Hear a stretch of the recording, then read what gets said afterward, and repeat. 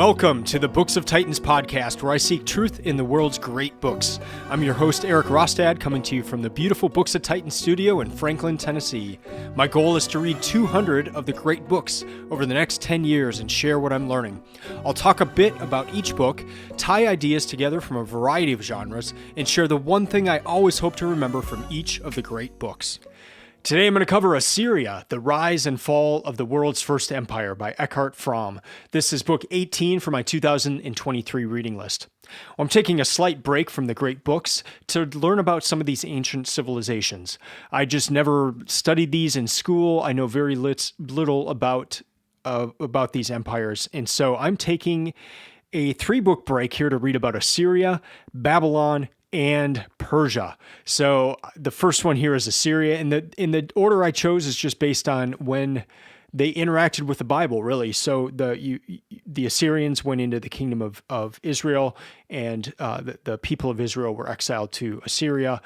Then you had the Babylonians going into Judah, the kingdom of Judah, the people of Judah being exiled to Babylon, and then Persia conquering Babylon, and a lot of the people from Judah ending up in Persia.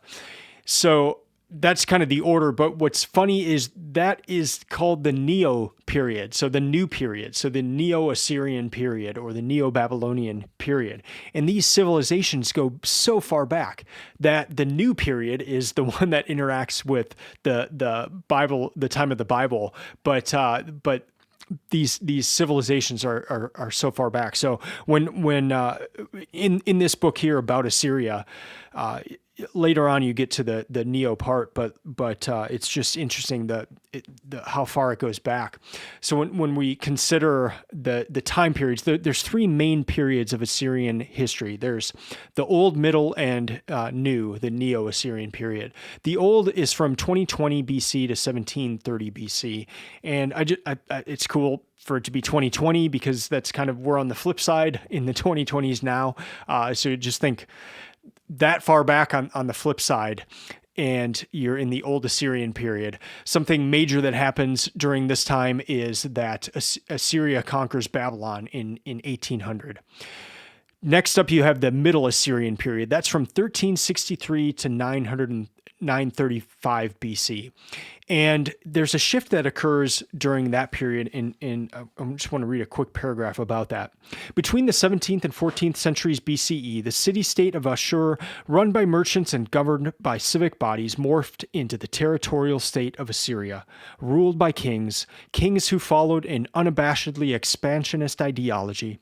Ashur was now no longer only the name of a god in a city, it was also the name of a land, end quote.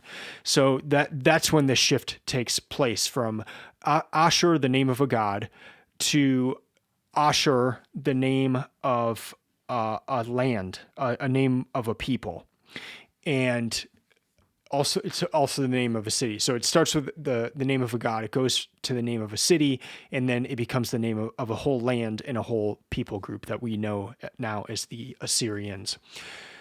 Next up, the Neo-Assyrian period. That's from 934 to 609 BC. And if we know anything about Assyria, it's usually this period, because this is the period that interacts with the Bible. So you've probably heard a lot of the names of the kings during this time.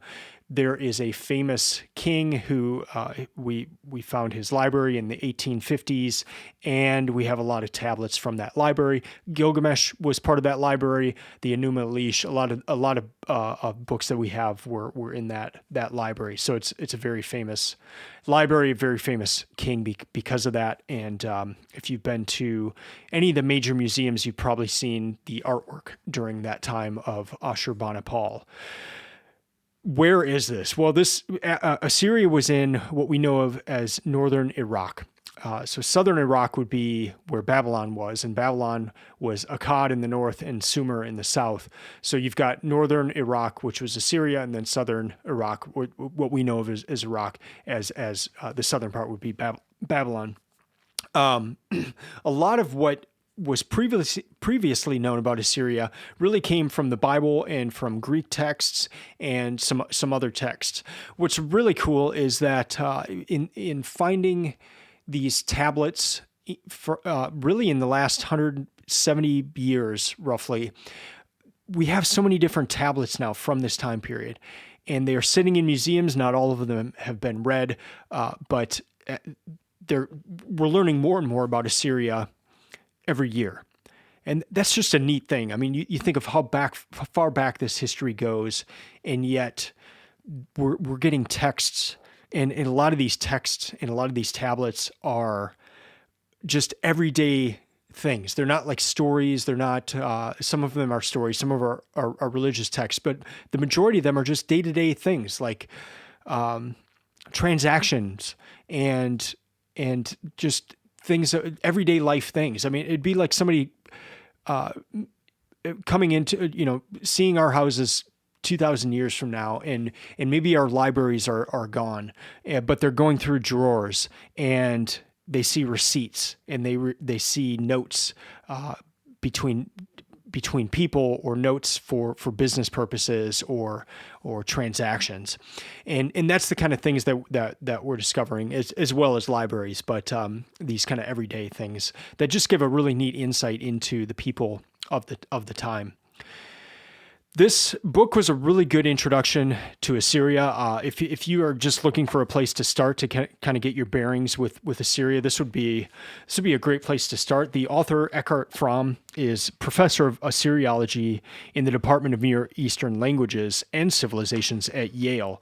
And Yale has a huge collection of cuneiform tablets, and so it's kind of a center for this period, and so this author is located right there at Yale, and it was an easy book to read, a lot of great information. I starred all over this book.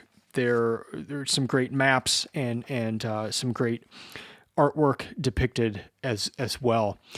For reading stats, I like to share this just so you know how long it might take you to read.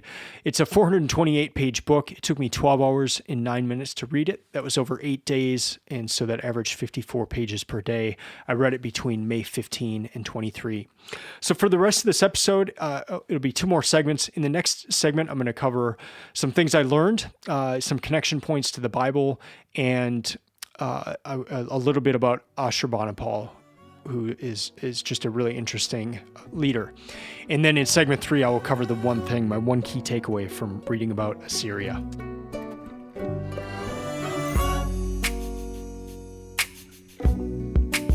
The subtitle of this book is The Rise and Fall of the World's First Empire. And if you listen to some of the other episodes from this year, especially the one about Enheduanna, there's a little argument on that, on what is the world's first empire. So when I read about Enheduanna, her father was Sargon of Acadia, the founder really of the Akkadian Empire, and as I just said, Akkadian Empire, some would consider that to be the first empire because Sargon combined a lot of different areas. And so what's interesting is I'm reading a book right now about Babylon, and that author talks about or asks the question, what does it mean to be an empire? What makes up an empire? And so there's a neat discussion there. Maybe I'll cover that when I cover the Babylon book.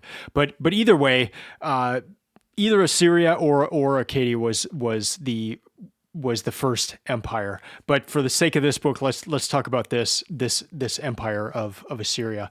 And I want to start with talking about Ashurbanipal. And he was the ruler from, there's a nice little king list in this book. He was the ruler from 668 to 631 BC.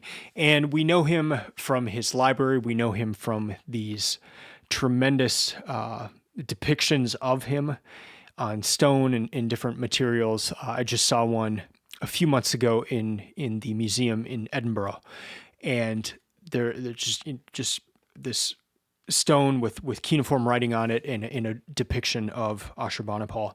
But I want to read a few sections here about him. I found him to be very interesting. This is him writing now, Ashurbanipal. I learned the craft of the sage Adapa, the secret lore of all of the scribal arts. I have become well read in the signs of heaven and earth, and I can discuss them in an assembly of scholars. I can argue with expert diviners about if the liver is a mirror of heaven. I can resolve complicated divisions and multiplications that do not have an easy solution. I have read cunningly written texts in obscure Sumerian and Akkadian that are difficult to interpret. I have carefully examined cuneiform signs on stones dating from before the flood, whose meaning is sealed, inaccessible, and confusing. End quote. Now, that last thing of carefully examine cuneiform signs on stones dating from before the flood. If you listen to the Gilgamesh episode, or if you've read Gilgamesh, that turn of phrase might sound a little familiar. And so in Gilgamesh, Gilgamesh at the very beginning says, or the book about the narration at the beginning says, he saw the secret and uncovered the hidden. He brought back instruction from before the flood. So, end quote. So you can see a connection there with Ashurbanipal and Gilgamesh. And when we talk about Ashurbanipal's library, the Epic of Gilgamesh was one of the books in there.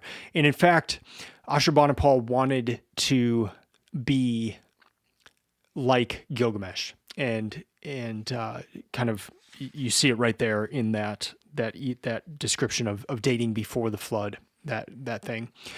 So what's interesting is that Ashurbanipal ruled Assyria while his brother ruled Babylon, and you can imagine how well that went. Brother rivalry did not go well. They fought, and that's part of the history there as well. Let me read a little bit here about his library. When Austin Henry Layard and his workmen in 1850 discovered the first of these collections in the Southwest Palace, they were astonished by the large number of clay tablets they had stumbled upon. And then now this goes into Austin Henry Layard's description.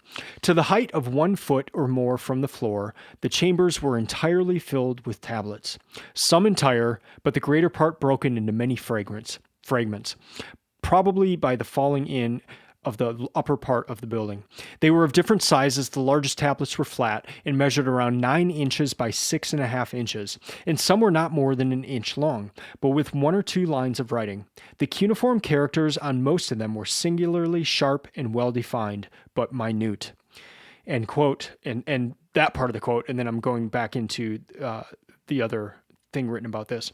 Almost all the tablets from Nineveh, those from Layard's excavations, as well as others that were found later, were brought to the British Museum in London. Its collection comprises today some 30,000 tablets and fragments. End quote. I'm going to skip down a little bit and start reading again. It seems that the king sought to assemble at Nineveh all the written knowledge ever produced in ancient Mesopotamia.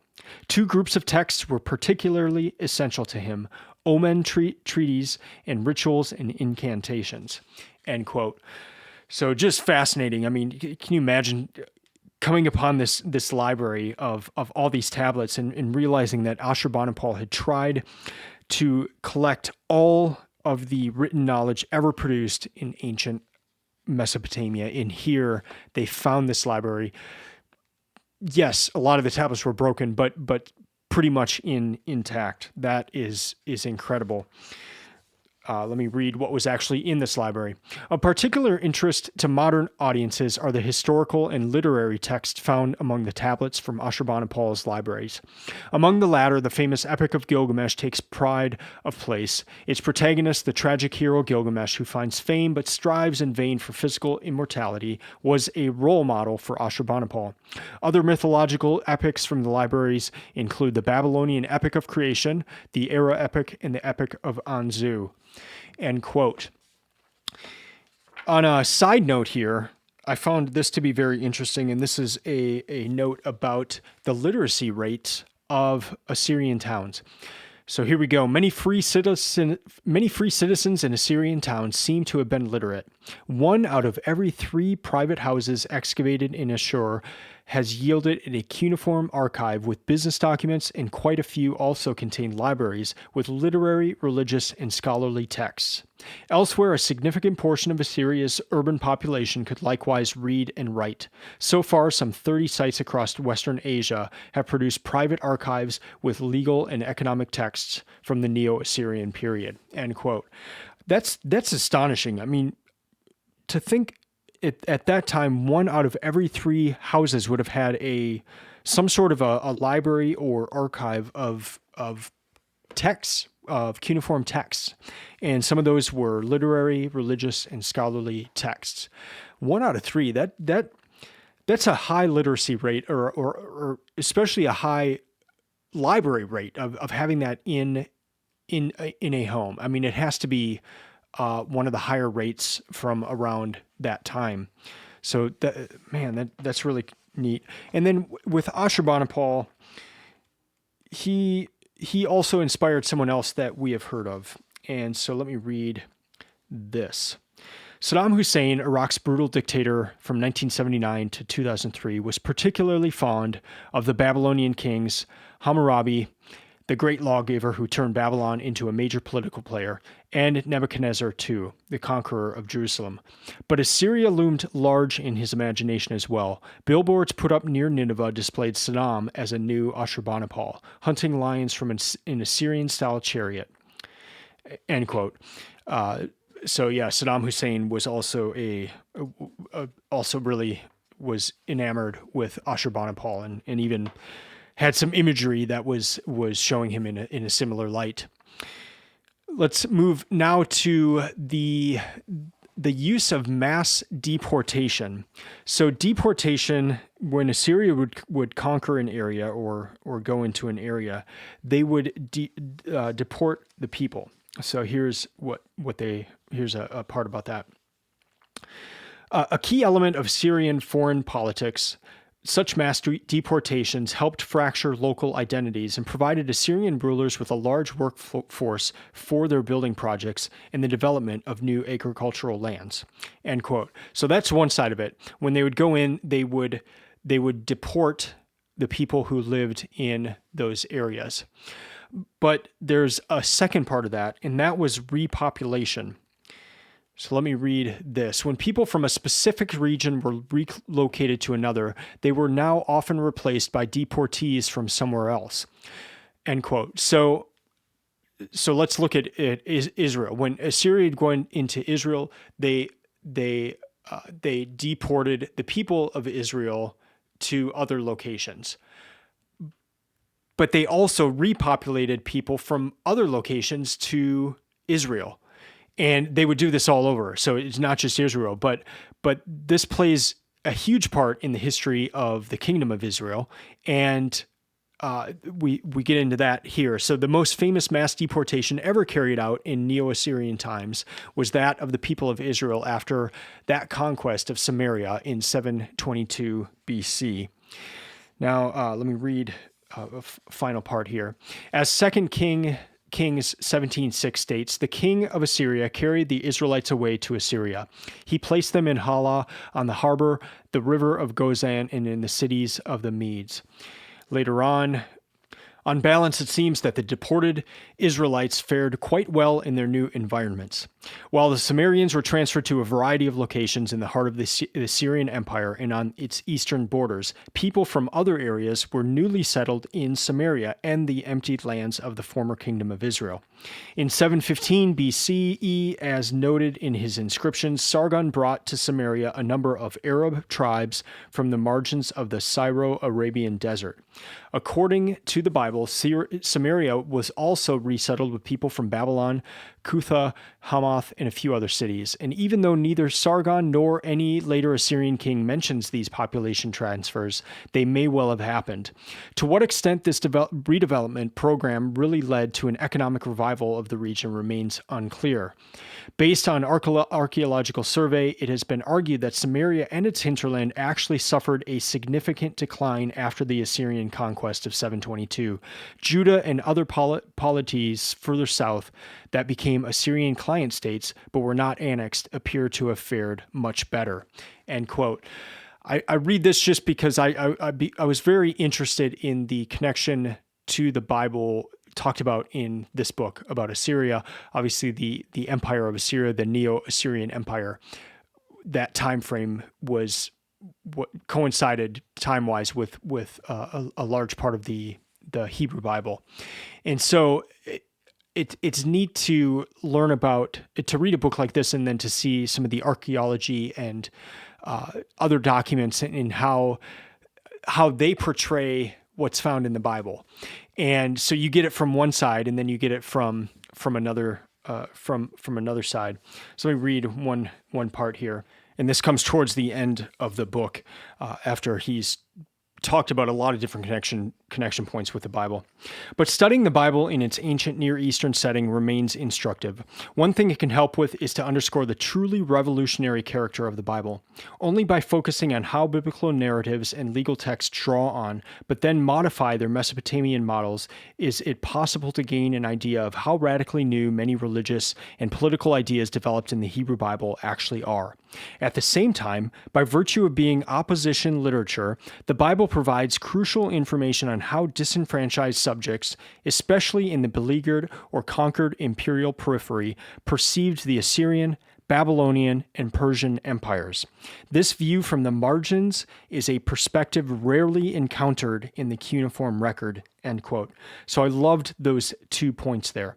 First is just to read the biblical narratives and to see these texts in this time period, and to see the difference that the Hebrew Bible was referring to these things. And this is something that has really struck me this year. If you've listened to some of the previous episodes, it's something that has struck me in a lot of my reading this year, and just kind of reorienting the Bible in my mind in the sense of the Bible responding to what's going on around it, in the sense that we're getting more and more of the texts of that time, and we're seeing more and more connection points, whether that's of the flood or different laws or different things like that. We're seeing interactions with these different cultures, with the different texts and ideas. And so the writers, the Hebrew Bible, they're responding to these things. It's not the thing didn't just drop out of the air and here it is, but it's in response to a lot of these things. So I love how he wrote about that. And then I love the second point too, just of how the Bible is quite unique during this time period, in that it's opposition literature, and it's literature by the exiles. It's literature by the defeated. And you just don't get that a lot. The things would have been wiped out most everywhere else. You don't get the perspective of the people who were conquered. So I loved that last section there. I want to highlight a few other just interesting things I came across in this book, and that I didn't know, and I thought I'd share them, and maybe you find them interesting as well. So I'm just going to read different sections here. So the first is about the homes and the houses of ancient Assyria. The houses in which the citizens of Ashur dwelled during Middle Assyrian times varied in size from some 750 to 2,600 square feet, and usually included a reception room, a courtyard, a bathroom, toilet facilities, and a main living room. Many people lived with skeletons in their closets, burying their deceased family members below the floors of their living rooms in vaulted brick chambers accessible by stairs, end quote. I found that fascinating. I mean, just first the square footage, 750 to 2,600 square feet. That's huge. This is a house that's huge. It had a bathroom. It had toilet facilities. I just always kind of thought people just always went in outhouses or something like that. But these are houses with bathroom and toilet facilities. So that's the first thing that stuck out. Second thing is planting trees. So here's one of the kings, Tiglath-Pileser. And let me just make a quick statement. I've never heard these names pronounced. I went to Google and did the how to pronounce them, but I've not heard these things pronounced. I've not studied them, and so I'm going to butcher so many things in these podcast episodes. I apologize to anyone who actually knows how to say these words. I do try on some instances to listen to find out how they are pronounced, but I'm going to butcher a lot of things. But Tiglath-Pileser is also the first Assyrian ruler whose inscriptions talk about the planting of trees from foreign countries in newly created parks in the Assyrian heartland, end quote. I thought that was cool. He would collect trees from different areas, and then planted them in this beautiful garden. Next up, administration. So to save resources, only places of great strategic importance and hotbeds of opposition were placed by them under direct Assyrian administration, end quote. So this goes into something I asked Dr. Jason Staples about in the episode about the Bible. And he said, during this time, the ancient time, when areas were conquered, they wouldn't stay there. Like Assyrians would conquer an area, they wouldn't stay there unless, as this quote says, it was of great strategic importance or it was a hotbed of opposition. Otherwise, they would just turn it into a vassal state that would pay tribute and tax and then provide troops as well. So that's the building of an empire, where you're taking over these areas, but you're not completely wiping them out, because you need the resources from those areas and you need the tax from those areas. But it's too complicated to actually rule those areas. So that's kind of what happens in a lot of these cases. Another part of this book I found very interesting is, especially in the battles between Assyria and Babylon, there would be what was called god napping. So instead of kidnapping, there would be god napping. So gods were their physical manifestation was in the form of idols, and these would be in temples. And so if you conquered an area, if you went into the temple and grabbed this idol and took it away, you were god napping. And there's just it's just kind of going back and forth. And it was interesting that one king would go from Assyria into Babylon and take their gods, and then a few kings later in Assyria they would return the gods, because there's this idea that you just don't do that. You don't go in and steal gods. Bad things could happen, bad omens and all that. So it just I found that to be interesting, and just that term too, god napping, was really funny. Another of the kings, Sennacherib, you probably heard his name from the Bible. He repurposed the Enuma Elish and transformed it into an Assyrian text. So I still have not covered the Enuma Elish, but I have read it as part of the Great Books Project. And in fact, a lot of the books I'm reading right now about these empires, part of that is just to get a broader scope of the impact of the Enuma Elish, and that is the Babylonian epic of creation. And it's a very short book, but what's interesting is it originated in Babylon, but then Sennacherib, he transformed it into this Assyrian text. And so he would replace the name. So instead of it being talking about the god Marduk of Babylon, he would change the name to the god Ashur, who is the Assyrian god. And there were a number of different connection points in this book about Assyria to the Enuma Elish, and I really enjoyed that and appreciated that, and hope to cover the Enuma Elish in an upcoming episode. There was no written law, at least of the tablets they have found. There was no Assyrian code of law, and so the king was kind of the arbiter of what was law in a sense, but it was not written down. In excavations of the city of Nineveh, when that city was attacked, the excavations have revealed skeletons that remained where they were when they fell during the sack of the city, and that was like 2,600 years ago or something. And the people are still in the same spot they would have been when the city was sacked. I just found that so interesting. Imagine just going through that city and kind of uncovering these layers of dirt and silt, and then you dig down and you see these people probably with weapons possibly still in them, whether it's a bow or something, or an arrow, and just in the spot that they fell for all those many years. It's just wild to think about. When Assyria did fall, it was a quick fall, and after that they ceased to exist. It was just gone. Assyria was gone, and they were at the top. They were at the top of the game, and then it was a very quick fall. And as we know, Babylon took them over. The irony of all this is just that we are learning more and more, as I mentioned earlier, and it's because so much was written on clay tablets. What's interesting is that around 600 BC, these empires switched to writing on leather and papyrus.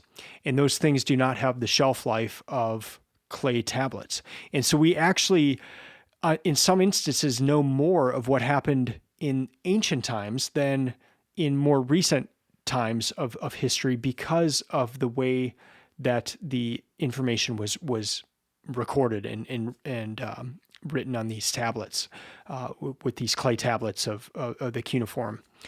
So those are some things that stuck out to me in this book. If you're interested in Assyria, this would be a great place for you to start. So that closes out segment 2 here. The next segment I'll cover the one thing, my one key takeaway from this book about Assyria.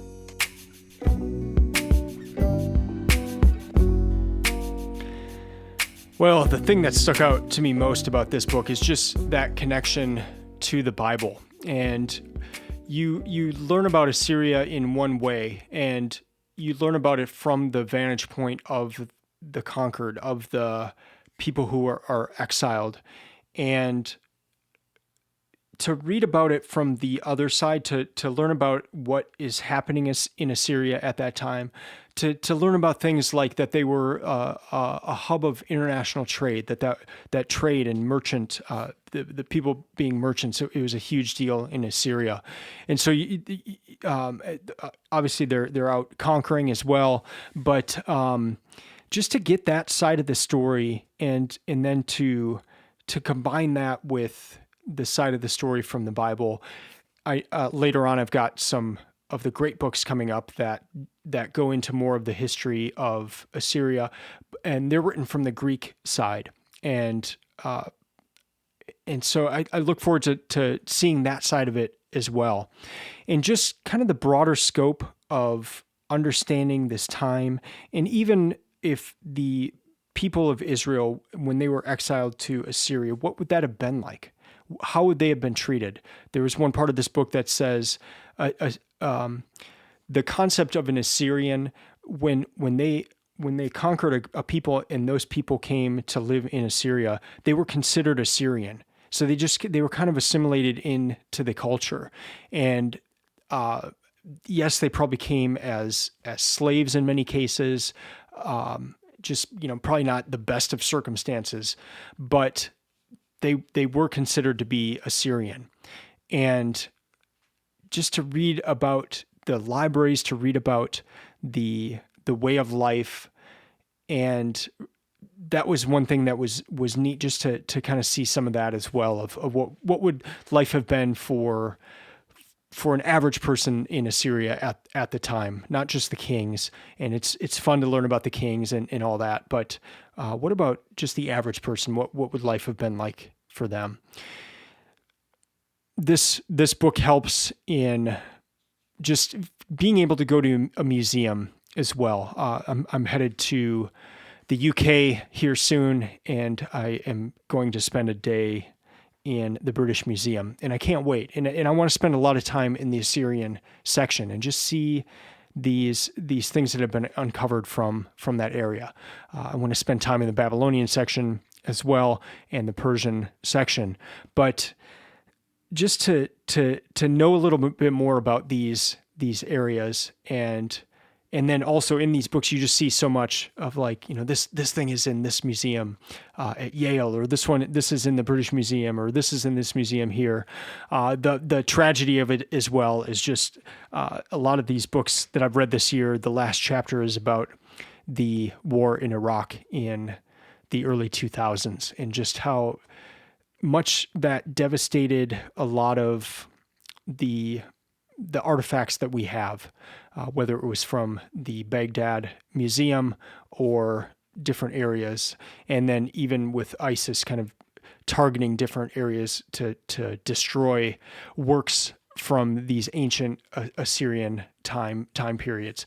It's sad to read about that. It's sad to know that for having survived all these thousands of years, that during our lifetime, a lot of these things have been destroyed.